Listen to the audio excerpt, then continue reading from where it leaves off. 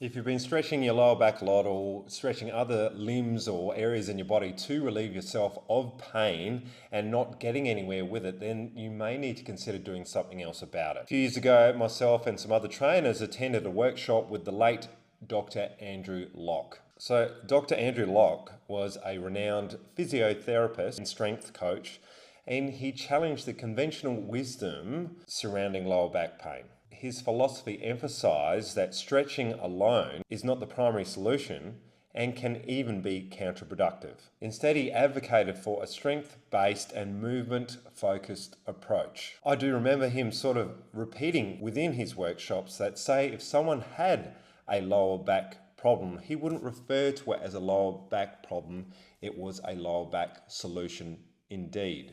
So what he meant by that is the lower back was in fact doing all the work while surrounding muscles were most likely not doing the jobs that they were supposed to do. So according to Locke's work, most lower back pain isn't caused by a lack of flexibility, but rather by a functional issue. So the body's movement patterns are most often to blame.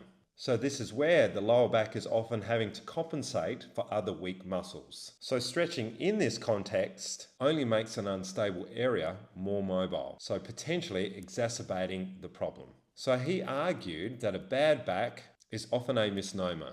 So what a person often has are weak glutes, poor core control, and an inability to properly lunge, squat, or hinge. So what would you do instead? Well, Locke's method was focused on restoring proper movement pattern and also building strength in the right places. A well-known example was following Andrew Locke's protocol, the Locke 5. He considered the Locke 5 a basic starting point for most people with lower back pain. The exercises were prescribed in a particular order to improve hip extension, teach core bracing, and strengthen the glutes. The goal is to correct the functional deficiencies that are the root cause of the pain, rather than just treating the symptom. So if you are experiencing pain, then maybe it's time that you looked a bit deeper than just stretching, because it's likely you don't have a flexibility issue, it's something else that's going on in the body.